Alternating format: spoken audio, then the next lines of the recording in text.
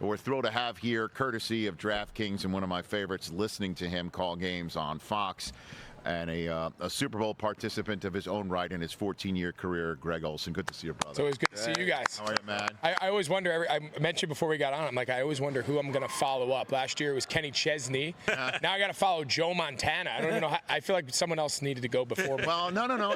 I know you don't always want to be the guy after the guy. I need to be the guy after Montana. No, but hey, listen, I talked to Steve Young about it. I guess I'm Steve Young, of the Rich Eisen Show lineup. That's not bad, though. No, it's great company. That is not bad. Yeah. And Seth Rollins is about to stroll out here as well. Good to see you. It's great to see you guys. What's your initial first blush assessment of this game, Greg Olsen? What do you think, brother? Obviously just the fact that we got to call it 2 years ago and it's back on Fox and now, same matchup, same two quarterbacks, same two coaches. But a little bit of a different flavor, right? There's new coordinators on the Philadelphia side. So you take a look at the journey that Philadelphia has been on since their last Super Bowl appearance, albeit 2 years ago. A lot of familiar faces on offense, new offensive coordinator since then, their second new offensive coordinator, their second new defensive coordinator, and obviously Saquon Barkley. So he's been the new addition. He's been the big kind of storyline, rightfully so. And you just look at their style in which they want to play. And, of course, you can talk about Saquon and the offensive line, but it's really the defense, right? So Vic Fangio takes over a defense that last year really struggled, was part of that kind of unraveling down the stretch. He comes from Miami. The fact that he was available is still kind of crazy. And they're the best defense in football. That's what allows Saquon. That's what allows this running game. They're playing with a lead. They run more than anyone. So their formula of how they want to win is pretty clear. And then obviously with Kansas City, I think the best way to kind of frame them is they don't have to win more plays than they lose because they win the weighted plays. They win the gotta-have-it moments, the goal-to-go situations. They get the stops. Like, you see them win critical moments, and that's how you win 17 in a row, one-score games. So it's a fascinating, really deep roster, all-time generationally good coach and player, and now to see which guy is it the same thing as last time? Is it a shootout or is it I think it's going to be a little bit of a lower scoring affair. You know what? I mean, you can't really tell. That's the whole, big question mark about this, Greg, because you take a look at the differences from 2 years ago. Jalen Hurts led the Eagles in rushing that day. He won't have to do that Sunday because they added Saquon. Also, Pacheco had quite a night in his rookie season, and Mahomes was able to see the C part in front of him and run for hobble for 26 yards, right? And the Eagles have since doubled their Jalen's, and we need to see how healthy Jalen Carter is because I think he's under the weather right now, and he didn't have for a second straight day, no media availability involving him. And that's a potential difference. You look at the receivers. Sky Moore scored a touchdown. Kadarius Toney scored a touchdown. Now you've got DeAndre Hopkins, Hollywood Brown, Xavier Worthy. You could make a case they have Juju's back. He's the only through line.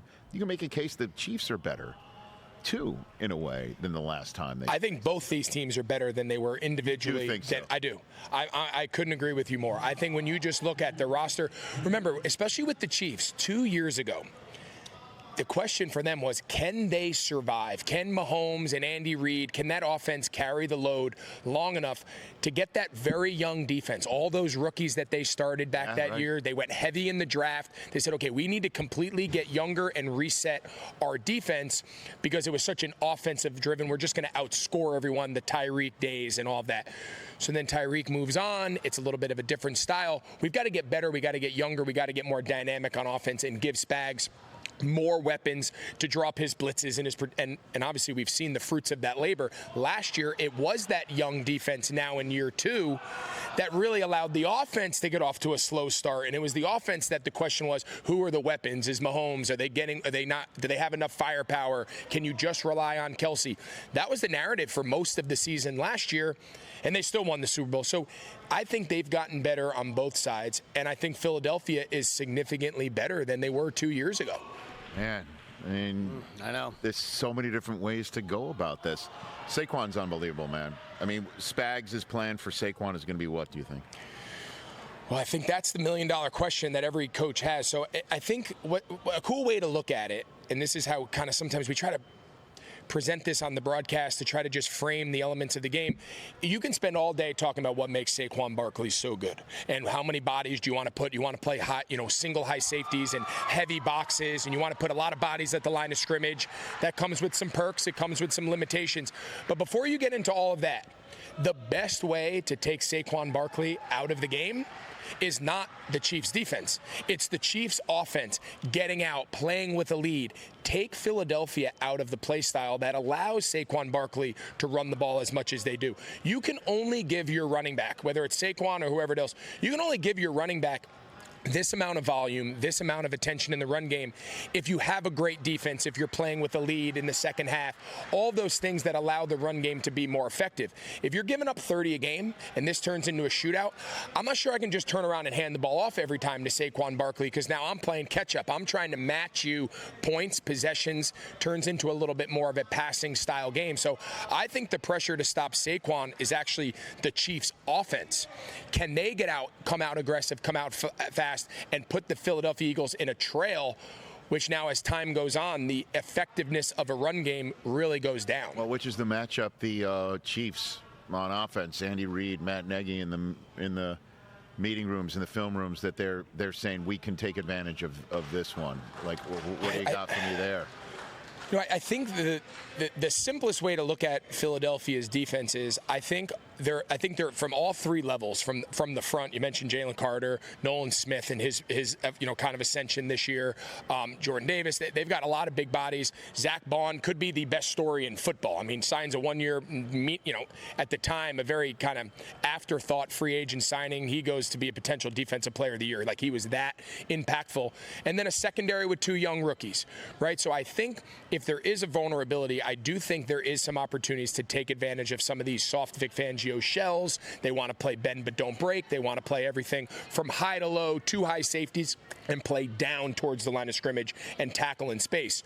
So I think if you're Andy Reid, I think the biggest thing is, can we block long enough to get those second and third level passing concepts? Can we get layers into the coverage and be confident enough that I can hold up inside and get four hands on Jalen Carter, but then not be limited on the edges with the pass rush? So the pass rush of Philadelphia and what their ability to get the ball out of the quarterback's hands has really been what the Chiefs have been all year. It's a catch and throw kind of style offense.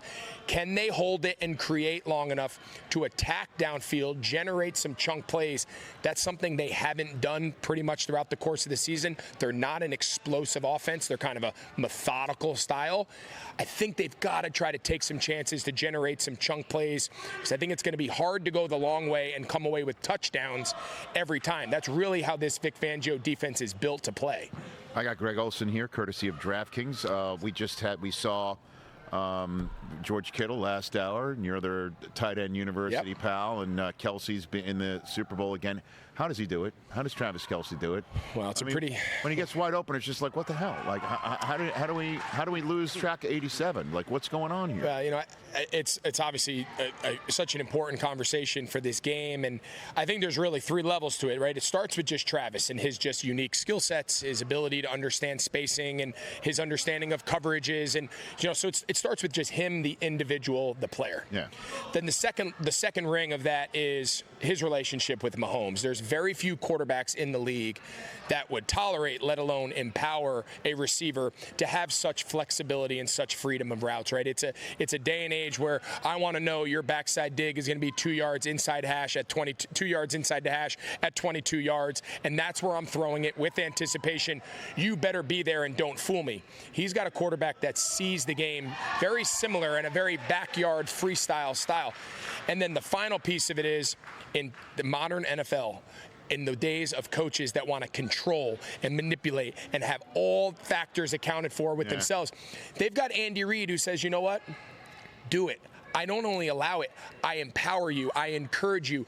Go freestyle, go experiment. They do it in practice. They do it talking through in meetings and walkthroughs.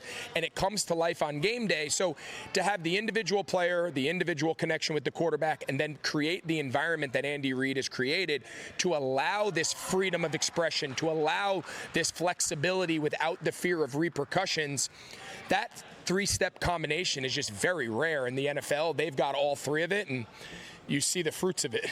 What are you doing with DraftKings, Greg Olsen? Yeah, so I've been working with DraftKings for about the last year when they brought legalized sports gambling to the state of North Carolina, where I live. I was part of that launch, and now obviously here working with them. It's just for anyone who's watched the Super Bowl, right? Unless you're a diehard fan, there's a lot of just casual fans that would love some sort of rooting interest, something to kind of dive into, whether it's a fun prop bet or it's over/under or something as simple as the coin toss. Like, there's something for everyone from an entertainment value that DraftKings and their platform and their offerings bring that is for the average fan, it's for the casual fan. Give them a little vested rooting interest in different aspects of the game. And while some people are living and dying because they're Chiefs and Eagles diehards, there's a lot of people that are just casual fans of football tuning in to obviously the biggest event in sports. And DraftKings gives a lot of fun, entertaining value to everybody. Which prop are you already circling? Well, that's your world, not mine. I'm thinking about Kendrick first song. If you walked on like a halftime show, I love that. What are you going with? I'm going with Not Like Us, just because. No way, that's not good. He won't lead off with that. You don't gonna. Well, he could start and end. He just won a Grammy for that, didn't he? Start and end. He'd end with that. I'm a heads guy on the coin toss, Greg. Not sure how you felt about that. But the tails never fails. Tails always fails.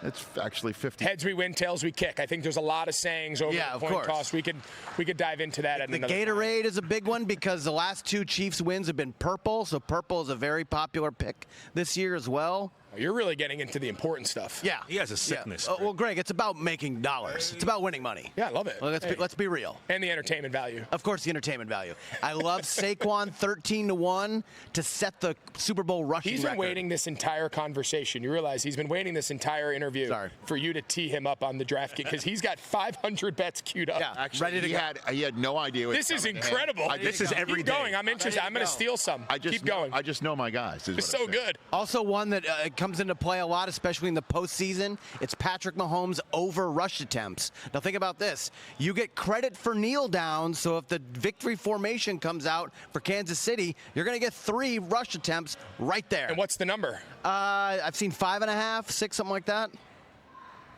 Also, Mahomes' longest rush, because he's just going to scramble and make a play on his feet and get 11 yards. I was on with Mad Dog yesterday, and he brought up a fun one. He's like, 2-point tries. There's going to be a 2-point attempt in this game. I thought that was kind of fun. The other one is more than 2.5 people to attempt a pass. That's always a fun one. Will we get a trick play? Philly special, something like that. Got one last year. But can you bet on the things that most people, casuals, really care about, Greg? And that's the amount of times that the camera's going to show Taylor Swift. Yeah, what's the over-under on that? Do we know? We have a line? 800. No, stop it. I'm not here for your slander, sir. I think you guys have showed her 800 in just the time I got here on the film on the screen. So you're contributing to that number. Anthem too, Greg. Anthem time. Who is the anthem this year? Jean-Baptiste is the anthem this year. He's going to play a lot of instruments. I like over 120.5 seconds. Very good. That's incredible. I told you. He's got it working. Incredible. He's got it working. And, yeah, we show Taylor Swift photographs here all the time, Greg, because I can't be the only clickbait sitting here. Fair. That's fair. You know? DraftKings, thanks to you for sending us Greg Olsen. Great to see you, bud. Great to see you. Thanks for having me. Anytime. I love chatting with you. Always make me smarter. Appreciate you guys. Catch the Rich Eisen Show every single day on the Roku channel, 12 to 3 Eastern, for free.